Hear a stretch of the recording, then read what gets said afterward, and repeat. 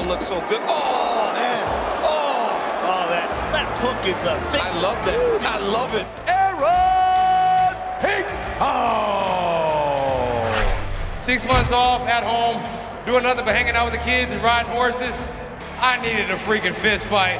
And thanks to Randy Brown, he cut both eyes and he put me in a fist fight. For the winner, by unanimous decision, Kevin Trailblazer Holland!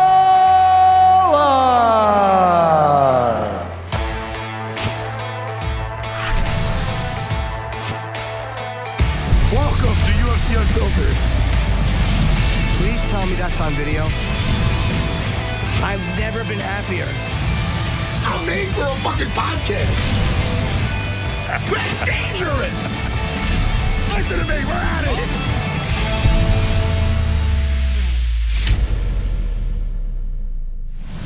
Welcome to UFC Unfiltered.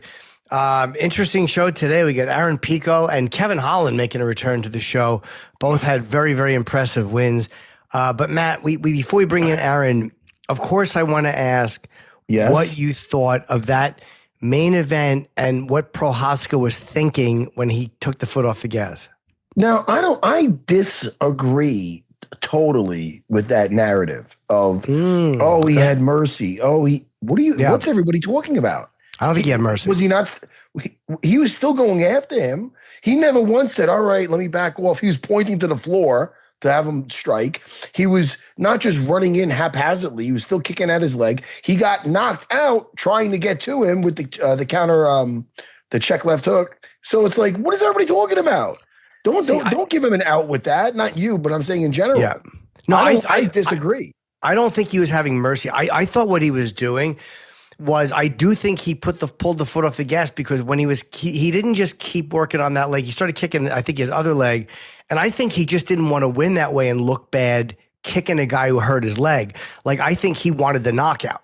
Like, I think instead of just kicking that fucking leg until the fight was over, which is all he had to do, was kick that leg repeatedly and that fight would have been stopped. I think he wanted the knockout. And as he was sitting there bouncing, he forgot that left hook. It was just a terrible, terrible way to finish that fight for him. I think all the credit in the world goes to Carlos Ulberg. I thought that he was a wounded animal, and that's when they're the most dangerous. And I think that's what Jiří was doing when we're trying to take him out strategically, and he got taken out. So Carlos Ulberg is the truth. I thought that was wild, man, because he thought it was just a matter of time before he's done. Do you think he got I thought Jiří got overconfident in that moment. Like, instead of just not wanting to win because his opponent hurt his knee, he wanted to make a definitive statement. I thought he just got overconfident and thought that he could do what he wanted. Well, we agree to disagree. Yeah, I don't believe it was a mercy, though. Jiří said he was being merciful. I didn't believe that. Yeah. I thought it was that he wanted to win a certain way. But I mean, who knows? Well, listen, Aaron Pico looked amazing. I mean, that's what we're talking about, man. That's what all the hype's about. Yeah. I mean, he fought beautifully. I'll start praising him when he gets in here. Maybe we should bring him in here. And we got a lot to talk about, because the co-main was wild. I mean, just fucking. It's one of the craziest things I've ever seen. I had Blades by decision. I thought he'd drag him into deep waters, but I didn't think it would be a slugfest. Hey, Aaron, how you doing? Good, sir. How are you? Everything good? Good, buddy. Man, congratulations, Aaron Pico. Man, thank you, Matt. I appreciate it. Oh, really, man, dude. That's what the hype is about. That's what everyone wants to see. So it's close to a perfect fight. I mean, only thing else you could ask for is put him away, but he has a hell of a chin on him. I think anybody with less of a chin would have been out of there. But, I agree. Man, the hands were so accurate, the combinations, the body shots, the timing on the takedowns. He's not an easy guy to take down. And man, Aaron, so impressed. Thank you, Matt. I mean, first off, he's a legend. I mean, Pitbull has been around for years, and he's a veteran. It was this camp, I was very focused. Every practice, every sparring session, I knew I couldn't make any mistakes in the fight because the level that he's at, and just a lot of respect to him. So it was a tough fight, and I'm happy to get the win. I mean, it's the best feeling in the world, as you know, when you especially my first UFC victory. I mean, I didn't sleep for almost over a day. So I finally got some sleep last night. Can I ask you too? I don't know if you even care, but like, I thought it was a 30-27 win. I thought, again, Pitbull started good. He started good in the first round, but I thought that you won every round fairly clearly. Were you surprised that somebody gave him 29-28 for the first? Now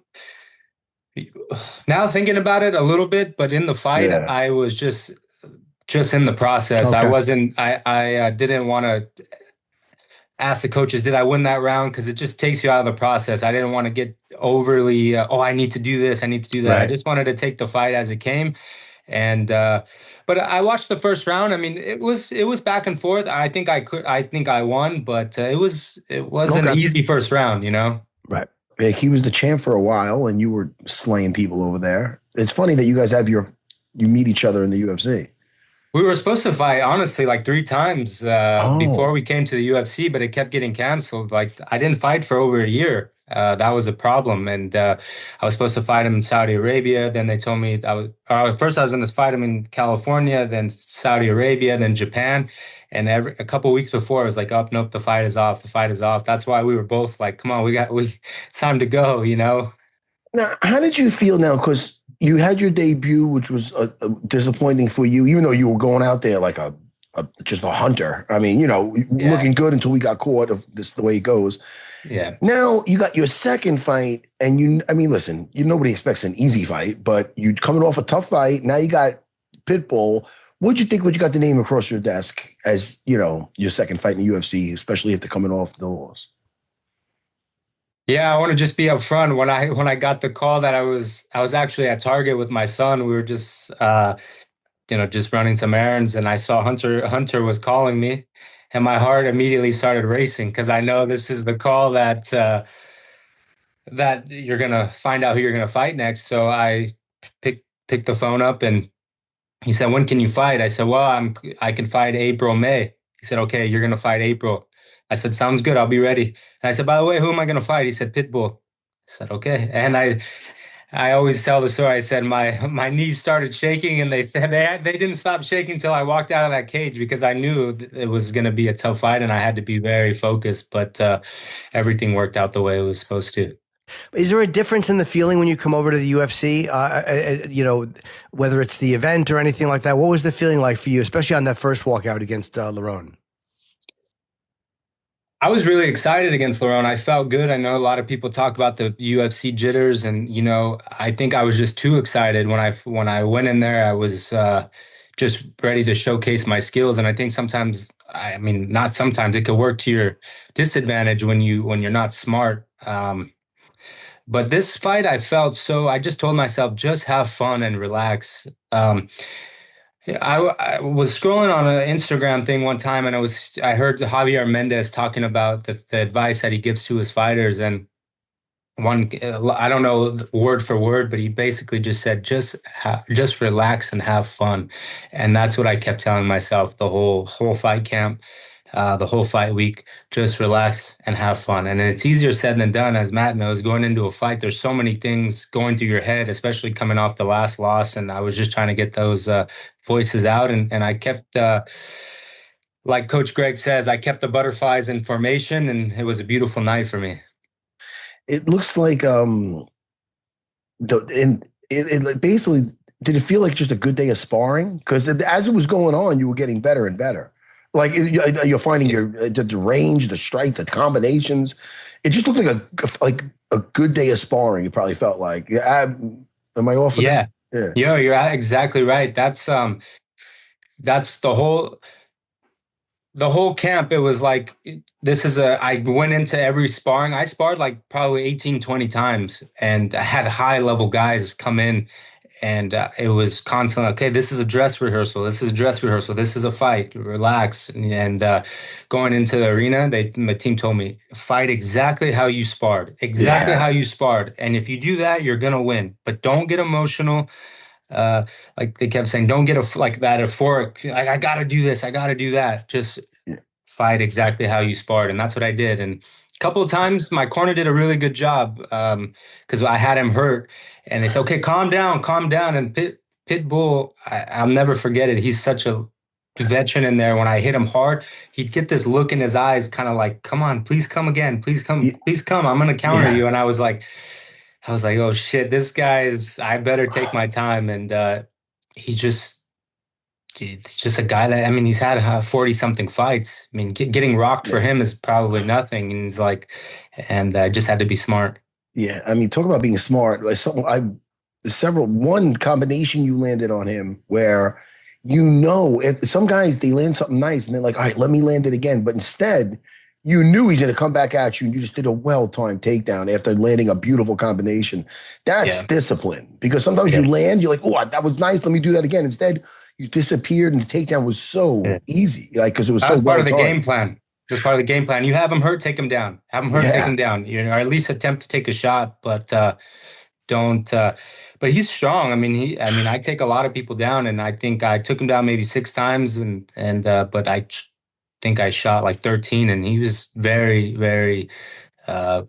He was well trained going into the fight. You can tell. Could you feel yourself? You said in those moments where you had to kind of slow down, like, don't rush, because you could see that he's ready for whatever you are going to come with after your initial attack. Were there moments where you had to actually say to yourself, I'm not going to do this, or was it the corner that stopped you?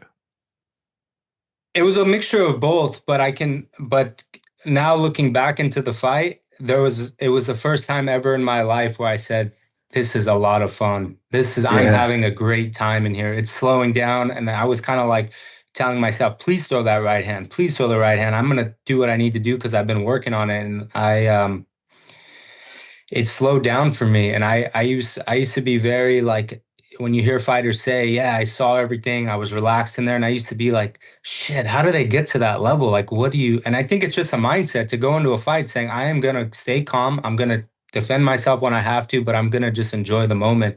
And in there, when you switch stances, I mean, I worked with high level kickboxers too this fight. I was like, please just throw that left kick. I'm ready for it, and it was fun. I enjoyed myself, and, winning is the best feeling, and when you take home 2 checks, it's an even better feeling. Man, and speaking of keeping your head, I like towards the very end when he tried to do almost a Max Holloway on you, like, come on, like, where you going? And you're just like, nah. Look at this. I went like this. I want my money. Yes, you're like, because you were well ahead, and you were like, come on now, Pitbull. And then the bell rang. You're like, all right, give me a hug. I got it. That was great, man. Thank you. Speaking of training, there's always whispers of Khamzat's, how he's training, and it's brutal. You were actually training with Khamzat, maybe Arman also? Yeah, I did majority of my camp in Morocco. I was there for like 2.5 months, and then the last like 2.5, 3 weeks, I came back to California and did my conditioning with Coach Cal and Khamzat and them,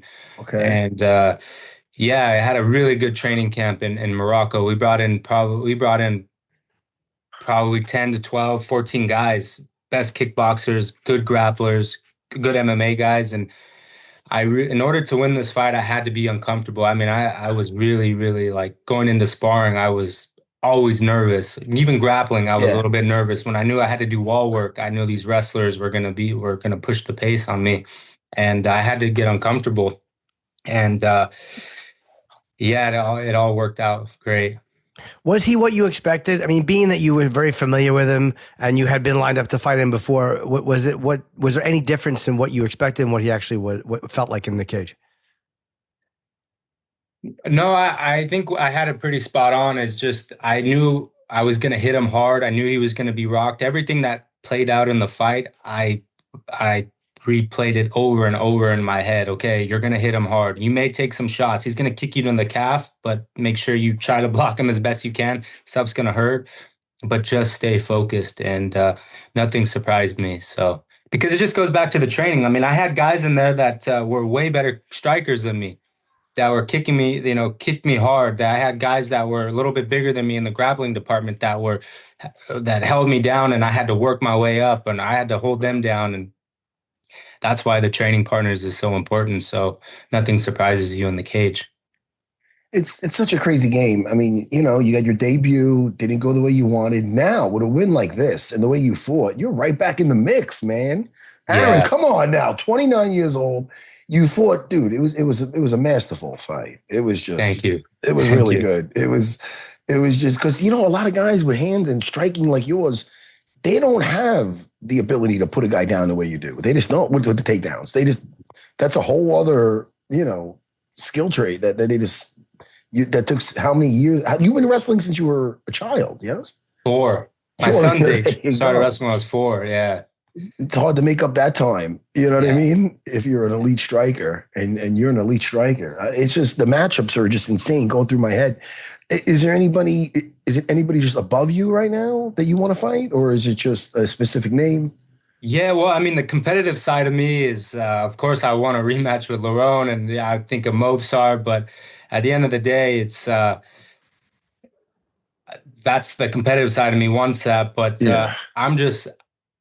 I know anybody in the top 10, anybody in the top 5 is going to be an exciting fight for me. So I want the best, and I have a lot to learn, Matt, and I'm just going to go back to the drawing board and get better because I don't have this thing figured out. I don't think I ever will, but I just love the feeling of winning, and I just want to win again and again and again. And when the title shot comes, I'll be ready for it because told myself the last fight was so embarrassing. I took it really, really hard, but I had to really look in the mirror and say, okay, the way that I was fighting, how would I have done against the champion Volkanovski? Yeah. And I had to be truthful with myself. And I said, the way that I was fighting Lerone, yeah, I looked great. And I was hitting him hard and stuff like that. Maybe I would have caught Volkanovski and knocked him out. But if it went 5 rounds, I think it would have been a very, very tough night for me. So I had to take a step back and say, I have to get better in the mental department, making the right decisions at the right time under a high pressure situation. And in a way, it hurts for me. It sucks for me to say, but the Lerone fight was a blessing. And now I think my fighting is getting better because in order to fight the top guys, your IQ needs to be at the highest level because those guys get rocked. They know how to cover up. They'll throw spinning stuff, and I'm on my way. What do you think you did wrong in that fight? I mean, you got caught. Yeah, it was a spinning elbow. I mean, it's not the most common thing. What did you learn from that as far as, hey, I need to do this better? Because I thought, again, just as a fan, I'm watching, I'm like, you look great. What did you think that, like, oh, this was my mistake and this is why he caught me? Well, if you look back in the fight, I mean, the first minute or two, I mean, I knocked him down. I took him down how many times? It's like, if I could go back into that fight, I would have just said, okay, if I take him down, hold him down even more, put more. I think I let him up just like, okay, I'm going to just knock him out. And I took that for granted. I was winning the round. If I would have just circled the whole round, I would have won. You know what I mean? Then I would have gone into the third and just kind of used my jab, used my footwork, and just been a lot smarter. I was just kind of like, what do they say? Like a bull in a china shop, you know, just go, go, go, go. And then even in the interviews, I said, I have to go. I have to just put pressure on him. And then it's like, shoot, maybe if he watched that interview, it's like, okay, he's going to come crazy. Let me just throw an elbow. So I knew, like, it's so important going into a fight, what you say. I took that for granted. Like, oh, just tell him what I need to do. Who cares? But this fighting game is a crazy damn thing. And I'm learning. I still got a lot to learn, like I said. I mean, you also have a world of experience at 29. Like, you've been through the ups and downs, and it shows you could rebound. The way you just rebounded in this was amazing. And again, you got to look who your opponent was. You know what I mean? It's not like, all right, you rebounded with so-and-so. Well, you just rebounded with a former champion who's a beast. Yeah. Well, I work really, really hard, and I wish I was like those guys that can get things right off the bat. It takes me a long time to learn things, to settle down. I am a very high energy guy. I just want to go, go, go. You tell me to run up a hill, I'll go till I can't go anymore. But in wrestling, you have 6 minutes, and you don't have to worry about spinning elbows. You don't have to worry about knees. It's a whole completely different sport. And in boxing, they only have 2 hands. MMA, the way that it's evolving is, I mean, it's a whole different ball game. And I had to really work on the mental side of it. And back to what I was saying, it's just like, it's a tough game. It's the hardest thing in the world that I've ever done, but keeps me going. How long into this fight with Pitbull did you feel settled in? Like, where you're like, okay, that last fight was done, and now I'm here and I feel comfortable. Probably the second round, or the end of the first, and going into the second. I just told myself, stay calm, just use your jab, fight like how you sparred, and you're gonna win this. And yeah, I'm really happy it went 3 rounds. I think I really got to see things and felt punches and his calf kicks and even his shots, but they didn't rock me or anything like that. I stayed composed, and it was really nice. And then when the fight is over with, you can replay it in your head and you can smile and be like, damn, that was fun. Oh, heck yeah, man. Especially like after the first shot, he took it away, and it's like, oh man, he might make it hard for him to get him down. And then the way you were timing those takedowns after that, it's like, oh shit. Like after a combination, you disappear, and I'm like, oh, all right, I had that wrong. Like, you know what I mean? Like it looked like, oh, this will be a long night if he just looks to get him down. But then no, the way you mixed it together was just so great, man. Yeah. I mean, really great. No, the first, like, back to Coach Greg Jackson's training, especially his philosophy, he says, like, don't put emotional value on one thing. If you don't get him down, you may not get him down on the second time or the third time, but be smart and you'll eventually get what you're looking for. But don't, like, some people, he always says, some people have teddy bears, like, oh, your teddy bear is the takedown. If a guy doesn't get a takedown, he just lets it all, he just puts so much emotional value on that. Don't put anything. You're too good to put to have one teddy bear. Like, I have to wrestle him. No, okay, if you can't wrestle him, then box with them, and then it'll open everything up. So sometimes guys take it for granted, like what coaches say and their philosophy, but if you really dive deep into things and something catastrophic happens in a fight, you start to replay messages that coaches tell you, and it's like, well, the coaches are telling you for a reason, because in pressured situations, you're going to think, I have to do this, I have to do that. You don't have to do anything. Just let the fight happen, What was the butterfly line? Do what with the butterflies? Keep them in formation. Keep them in formation. That's a George St. Pierre thing that he would tell Coach Greg. He's like, I want to make sure my butterflies are all in formation, because if you let those butterflies go out of formation, it can make your head go crazy. The nerves. It's all how you deal with them. Man, people that have no idea what it's like to go, like, I think the hardest is like the 3-4 hours before a fight in the hotel room. You know how that is. You're just like thinking of every scenario. Yeah, and there's so many scenarios, unlike other sports. Like you said before, with the wrestling, you don't got to watch for the spinning elbows. The boxing, you don't got to worry about takedowns. You could do everything right, and one zig when you should have zigged, and the last 2 months is, it didn't mean shit. So it is. That's what really is. It takes really the mental toughness for guys to be fighting in their girls. It's just that you you're about to go into the unknown. You're going to be touched. You know what I mean? Yeah. But that's why we do it at the end of the day. I think that feeling of before the fight, and then when you get done and then you have a victory like yours, it's like, it makes it that much more sweeter. It's just like glorious.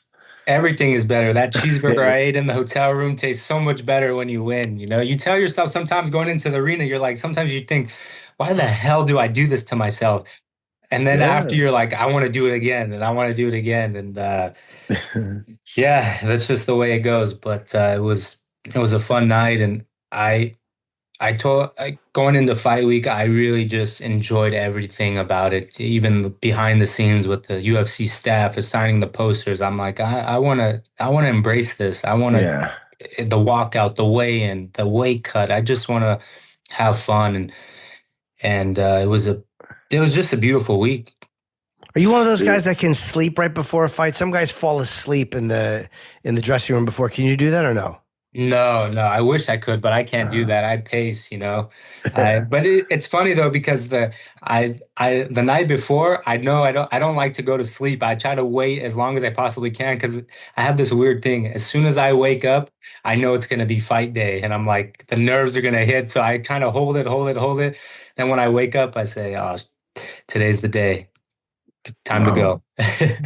You should be on cloud 9 right now, buddy. And we're very happy for you. And shoot, man. Again, I watched it twice. and I enjoyed it even more the second time.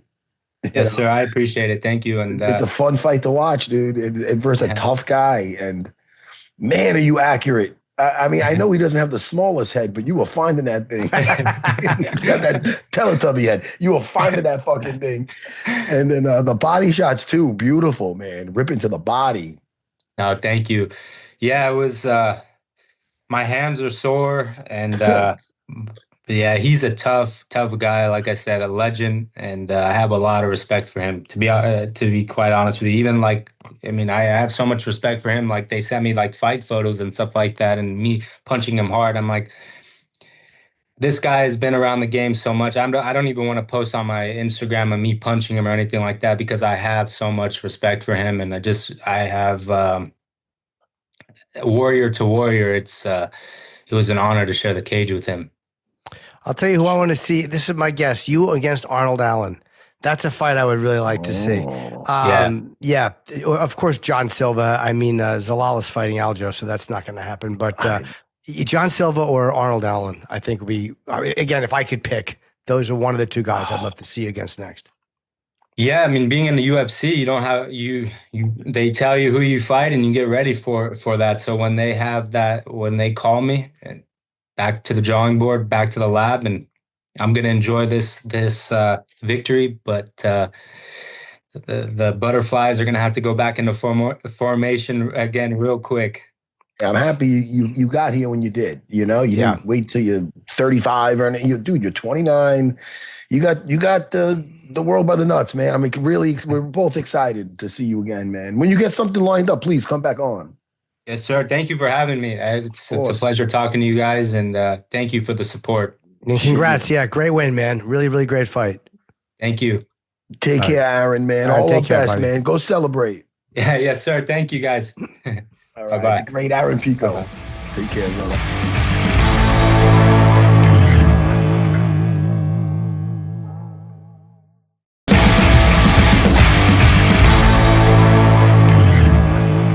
Hey, Kevin. How you doing, buddy? Kevin. Doing pretty good. How about you guys?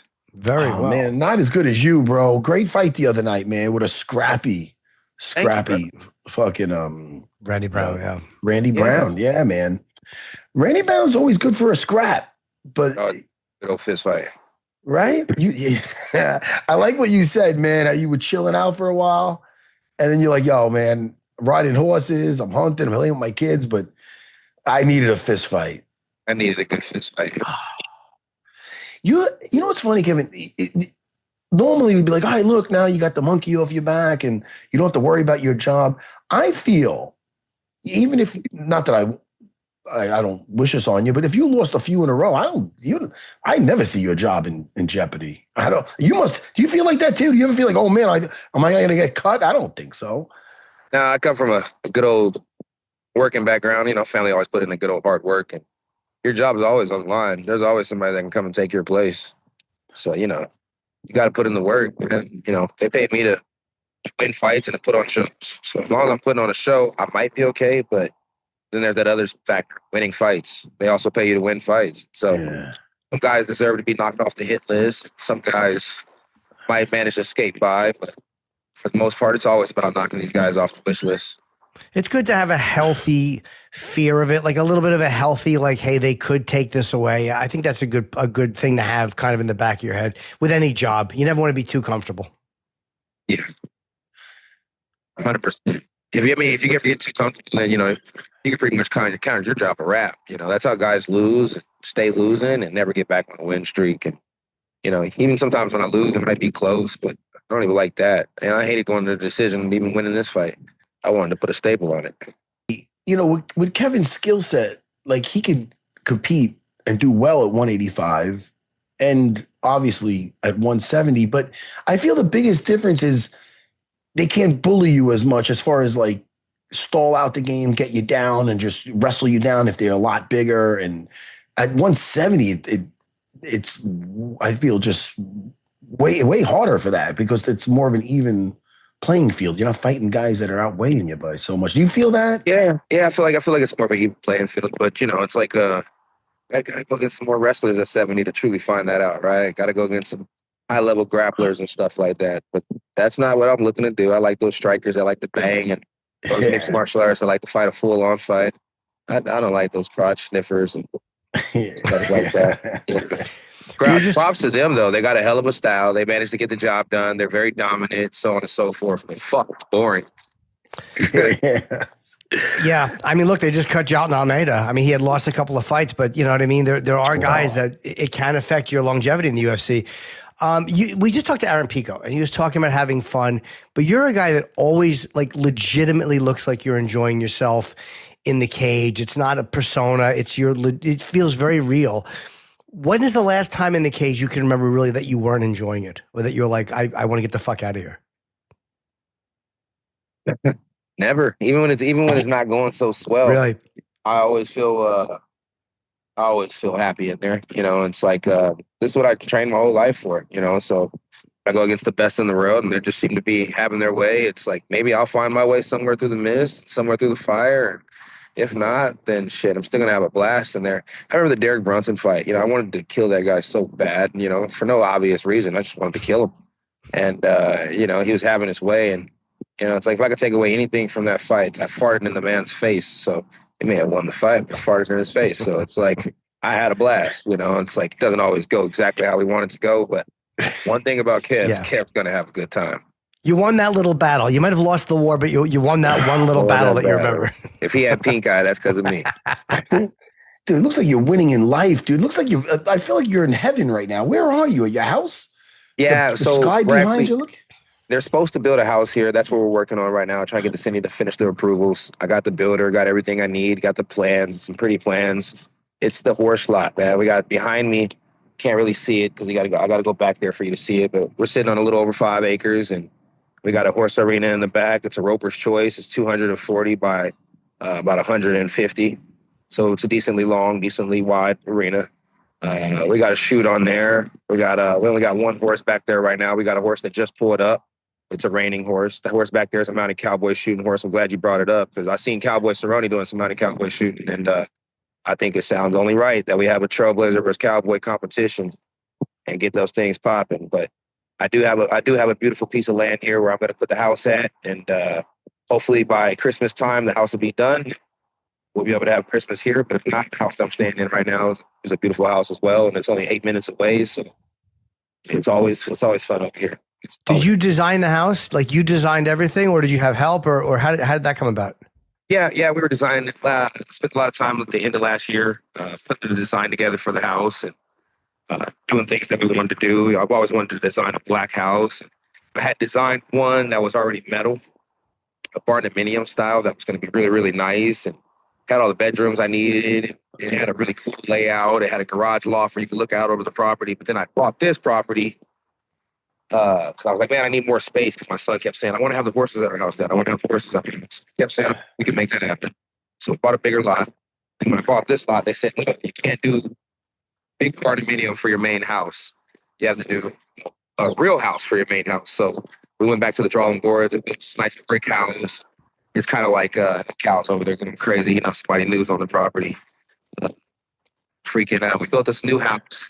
The new house we built is it's a brick house, but we're using black brick. A lot of the neighbors have white houses, but maybe that one guy on the block with a black house. So I've always wanted to do Batman meets Texas, you know. So that's kind of what we got on with that feel. And when you were talking about doing those competitions versus Cowboys team with horses, what were you talking about with that? Forgive me, I'm a Long Island City slugger. I seen, you know, since, you know, I guess, you know, he was doing the Bulls for a minute there, and you know, see he got hurt when he was doing the Bulls, and something a little bit more our speed of the fighter, especially after the longevity career that we have had, is probably riding some horses. And, if you want to have some fun, and you know, as fighters love to have some fun. Yeah, they got a new sport called mounted cowboy shooting, and it's been around for a while, but it's starting to get a little bit more steam. And you can ride on the back of the horse, and you shoot a pistol, but the pistol you shoot a rifle, and when you shoot kind of like gas out of the gun and pellets out of the gun. And shoot balloons. You don't really get to shoot anything crazy, but it's just a hell of a good time.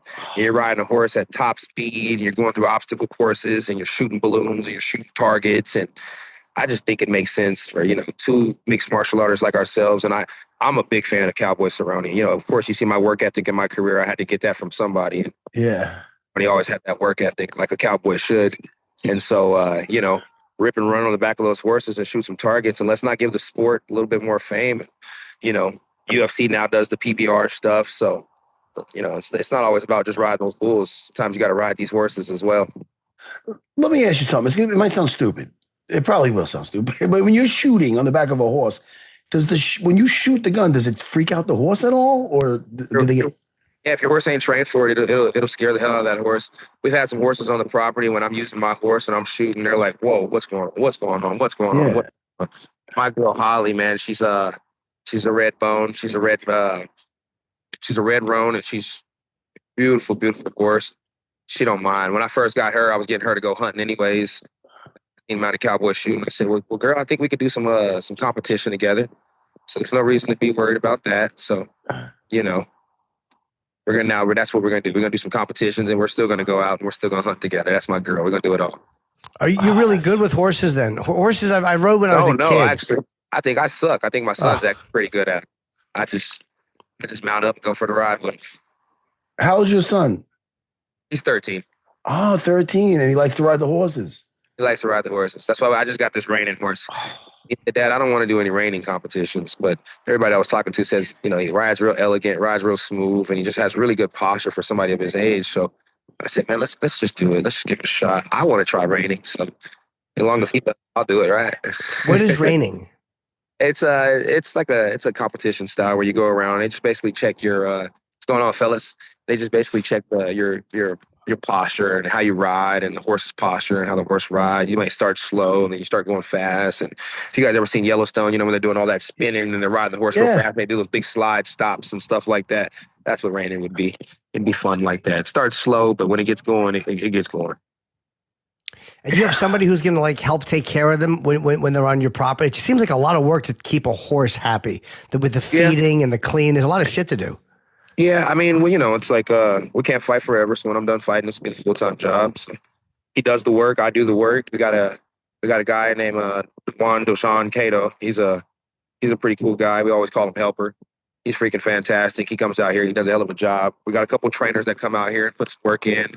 We send the horses out to training as well. But, hopefully in the next couple of years, I won't have to send them to training anymore. And all the training that we've sent them to and the time that we've gone out there and learned and stuff like that, hopefully we'll be full blown and full steam. And by the time that comes, my son will be 15, 16 years old. And he should be able to do it all by himself by then. And he doesn't go to regular school. We go to homeschool programs. And as soon as he gets done with the homeschool program, he goes and does baseball. And then he comes over here to the ranch and puts his ranch time in. And, that's the type of schoolwork I did growing up. So I figured that'd be the type of schoolwork that worked for him. And, if I didn't start doing school like that, I wouldn't have gotten into martial arts. And I don't think if he keeps doing regular school, I didn't think it was going to go swell. So this seems to work out a little bit better for me and him, Hey, man, and it's not weird nowadays. I have my 3 daughters. They're all homeschooled ever since the pandemic.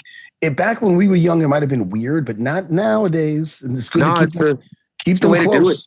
And it's crazy. They got all these programs where, I'll go and catch up and hang out at and do their thing and, just kind of interact with each other. But then you always got sports, good old fashioned sports. And then, you got these horse riding competitions. And the more horse riding competitions he does, the more he meets people his age to the top of the age group to the bottom of the age group. And, it's always good to meet people that do what you do. Sometimes when you're at school, you're forced to be around people you don't want to be around. And if I want to force him to be around people that he might not want to be around, I'll stick him in the gym with me.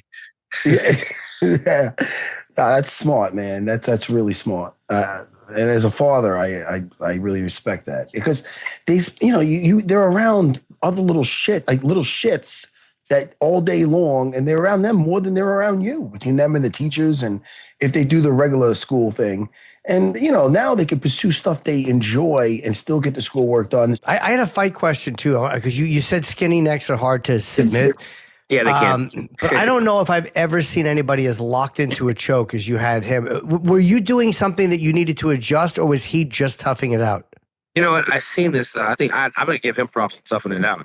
I don't think he wanted to be finished by me, especially we were in the back, before we were going out to the fights, and there's always a time to play your antics and do your thing. And I don't do memes as much as I used to, but when we were in the back, they started showing highlight reels of people being knocked out. And I said, man, I'd hate to be on a highlight reel getting knocked out. I said, I've had a lot of bad times in my career, but I ain't never been KO'd like that. I knew he could hear every word that was coming out of my mouth. So he was really determined not to get So they did everything right. But there's a Gracie video going around saying about how I could have, trapped the arm instead of trapping the leg. And no disrespect to them, they're 100% right. There's always something that you could do better. But props to Randy Brown for doing the right thing. Because I remember at one point in time, I did put my leg around the arm to make the arm go down so I could cinch up the choke a little tighter. He just still didn't tap. But Matt, your jiu-jitsu is way better than mine. So if you can give me any pointers, I will gladly take them from you, from somebody who's been in there plenty of times and knows what a good scrap's just like sometimes. Hey, you were putting it on him, and if again, when it's really locked in because he'll go to sleep. So I guess there was a little wiggle room around one of his carotid arteries, was enough space. I mean, you could listen, anything from the outside could be like, well, could you get mounted into the guillotine, or could you? I don't know, man. He's squirmy, but I think fuck, man, A for effort. I just think that it might have just been a little off. Like you said, I've been there with guys with the skinny necks, and I'm like, shit. I usually they're going to sleep by now. So I'm not going to nitpick that, dude. I thought he was done. Even I think he was going. This is it. He did a little shake for a second there too. Like I said, the guy just didn't want to go out. I mean, like you said, A for effort. I mean, man. I mean, hey, at the end of the day, I'm here to tell you right now, my jiu-jitsu ain't the best in the world, but maybe Randy Brown just has really, really good defense. Maybe he's Houdini from another world. Yeah, he's good. Like, he's been down to my school a bunch, rolling with my savages in the past. So I know he's good on the floor. Like, he's not easy. Travis always said that you were a hell of a person to grapple and train with. So if he's been, thank you. He has enough knowledge as it is to stay out of my bullshit. Yeah, well, listen, man, you got the job done, and it was great, dude. I mean, listen, anytime you fight, it's great. You are that fan favorite. I know people throw that word around, but for you, it's legit. I love the people. Sometimes the people just absolutely love me. I think they always love you, dude. Very rarely are you the villain, right? I mean, when's the last time I hear people boo at Kevin Holland? I don't think that happens. Yeah, it don't happen too often. even when they're stalling the game, like up against the cage, how you're chilling, you're just smacking his ears, you're smacking his head. It's like you're looking control even when they got you up against the cage. It's like, you're smacking them. Good old ear cuffs. Good old ear cuffs is always the way to go. That's annoying as shit. We hated it. Can't generate pop from the punch there, but I can damn sure ring your ears, right? And you're unscathed, right? Are you all right? I know you got, a little... I mean, first punch he landed, cut my eye. Second cut my other eye. I looked down, I said, am I bleeding? I said, oh, I said, I guess we're in a fist fight here. Let's fucking go, bucko. Good. Kevin, I guess before we let you go, I know you went to Daniel Rodriguez again. You helped him get out of jail. Did you have to go down there, or how did that happen? And, it was always in the game plan. Get D-Rod out at the right time. He just so happened to get out right when it was time to fight. And, the rest is history. We'll see what happens. D-Rod, D-Rod's in a hell of a situation right now. He has a hell of a story. Has a hell of a punchline. If I was D-Rod, I wouldn't be going out chasing demons that he's already been through. I'd be going out chasing something new and waiting until he has to face me. You know what I mean? So we'll see what he does. Okay. Well, congratulations. Great fight. Entertaining as always. All your fights are always great. And I was happy to see you get the win. And thanks for coming on, man. This is like your 15th time on here. You always come on when we ask, and we appreciate that, man. We always love bullshit with you. A lot. You get to talk to Matt a lot. And that's just the recipe, baby. My brother, dude. I appreciate it, man. Dude, always love having you on. Always love seeing you fight. Shit, man. Let us know when your next one is. Come back on, please. Appreciate you guys. You and Jimmy, man. You guys have a good one. All right, take care, Kevin. Kevin, right, thank you, brother. Take care, bro.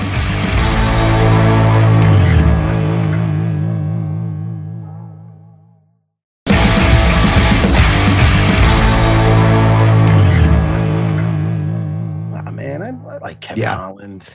He looks like a very relaxing life there. Just sitting there with the hat, the straw hat, the fucking blue sky. If you're listening to this and you can't see it, try to watch a clip. You just see how happy Kevin looks. Dude, he's winning in life. He's got that. His son is riding the horses, and he's got it figured out. And when he came in, he was like a wild kid in the beginning. Like when he first came on the scene, he was fighting so much, and Dana called him Big Mouth and gave him a shot. And now look at him. Now he's just a fixture. Like people recognize him. He's one of those guys where he's on the card. It's like, hey, all right. You know what I mean? Like he's the new cowboy kind of. It's funny he brought up cowboy because Cowboy's like a guy that whenever he was on the card, even if he wasn't the champ or anything like that, everybody wanted to see him fight. Everybody wanted to watch Cowboy fight. It is the same with him too. I wanted to ask you a couple more of the fights. First of all, Paulo Costa looked great against Mirzakhanov. Yeah. What a great fight that was. I don't think Mirzakhanov ever looked like he was really in sync. Costa looked good. Those fucking rotten kicks, those heavy kicks to the body and the legs. He was damaging his leg from the opening bell. It was great, man. Really, I was really happy for Costa. And then he brought it upstairs, and man, he was accurate. He was controlled. Yeah. And Azamat was trying to hunt him. He was, the guy didn't know how to lose. He was undefeated. So I mean, Paulo Costa, it's great because it's good to see him in that weight class. It's exciting. What a debut! What a debut, man! And what do you think? He looked like he had a little bit more energy. I get he was tired in the second round at one point, but not having to cut all that weight had to be good for him. It had to be good for him, and the pressure that Azamat was putting on was immense. So he had great footwork. His body kick was great, and then he brought it upstairs at the right time. His accurate strikes. Yeah.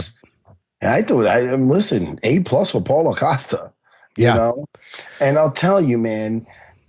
Josh Hockett. People. It's kind of cringe when he's doing his WWE stuff. People are like, "Ooh, it's really rough to watch." But yeah, the thing is this: that only doesn't work if you can't back it up. That's right. Like if you go in there and you act like that, and you go in there and get your ass handed to you, it's like, dude, get that guy out of here. But to fight the way he fought versus Curtis Blades, dude, act however you want. Be the Shy Josh, be the Incredible Hulk, be the SA, whatever you want to do, because you're backing it up. You're backing it up with Curtis Blades. And Curtis Blades, I heard he got his orbital socket busted and his face, his nose.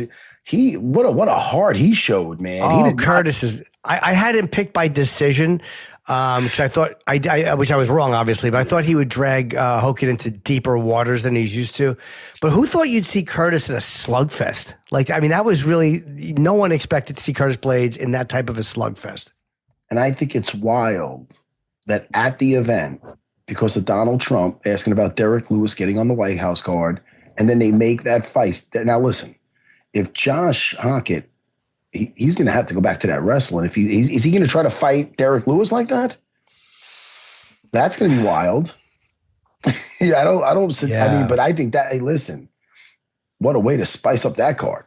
Oh yeah, that's a great addition. But I don't like the middle finger. It's just. But again, he's an exciting fighter and he's fun to watch. So, Dominic Reyes versus Johnny Walker was a disappointment. No. I mean, I have to say it was a stink fest. It's two guys not just wanting to extend themselves, not wanting to put it on the line too much, and not doing what they both do so well. You know what I mean? Dom is a hunter. He was kind of playing Counter-Strike at times, you know what I mean? And then Johnny's unpredictable and he's wild and he could, make it a little crazy in there, and he wasn't any of that.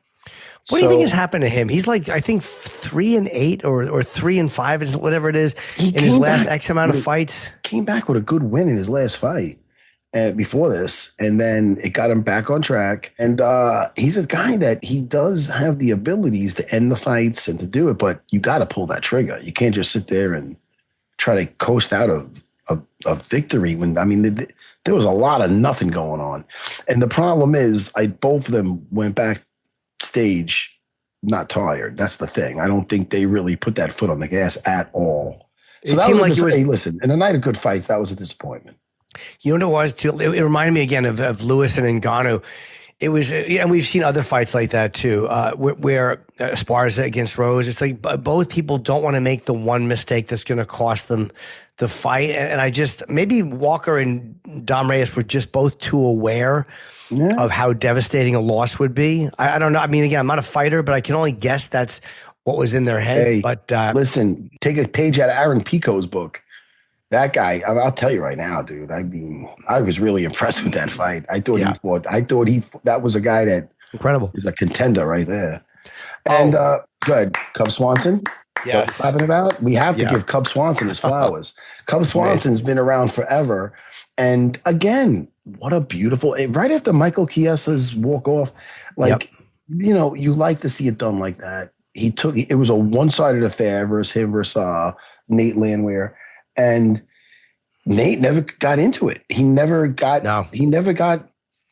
going in the right direction at all. It was just a one-sided fight.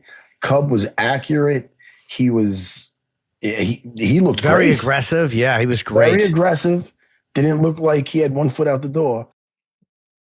But if the way he ended it like that, he had his cute kids in there, his wife. Yeah. Hey, happily ever after. Congrats to the great Cub Swanson. Incredible career and great walk-off knockout family. Win. That guy, he's winning in life. So happy for him, and what a career he had. Throw his name in Fight Pass. Hours of entertainment right there. So congrats. Yeah, and he's a legitimately nice guy too. He's one of the nicest guys you're gonna interview or talk to. And Gamrot, a great submission win. Yeah, that was really nice. That was really nice, man. He's head and arm choke. A lot of wrestlers take to that head and arm choke because they know how to distribute that weight correctly. And yeah, he looked great. He looked great on the floor. He had that punishing forward pressure with the striking and the passing. Again, that Jayden Almeida, should take a look at him on the floor. You know what I mean? How he's striking and hunting for those subs. Also, another grappling-based fighter, Tatiana Suarez, did look great versus Lupi. Lupi started great. Yeah. But then the second, Tatiana got her up against the cage and got her down, it was pretty downhill because she really is masterful on top. Yeah.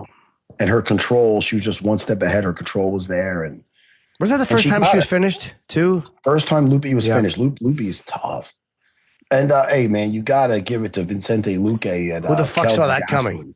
I like that. They were like two chubby guys in there because they're both fighting from 170. Even Luque looked a little chubby, but they look good. They were fighting.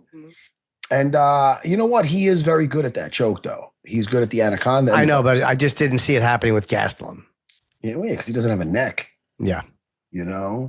And also Charles Radke. Radke, yeah. Radke, yeah, that was good. Yeah, he was a little potty mouth on the mic, but he was good.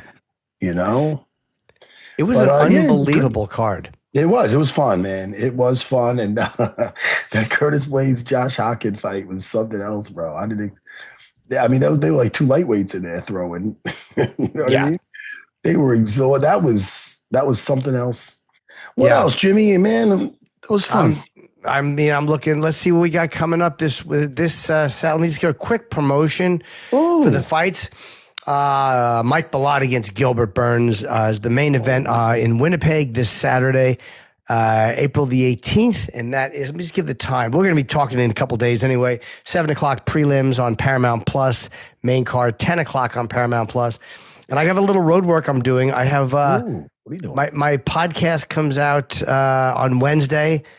Jim Jeffries will be my guest. I have Mark Norman this week, and I got May 9th. I'm going to be in Detroit, and May the 7th, Buffalo.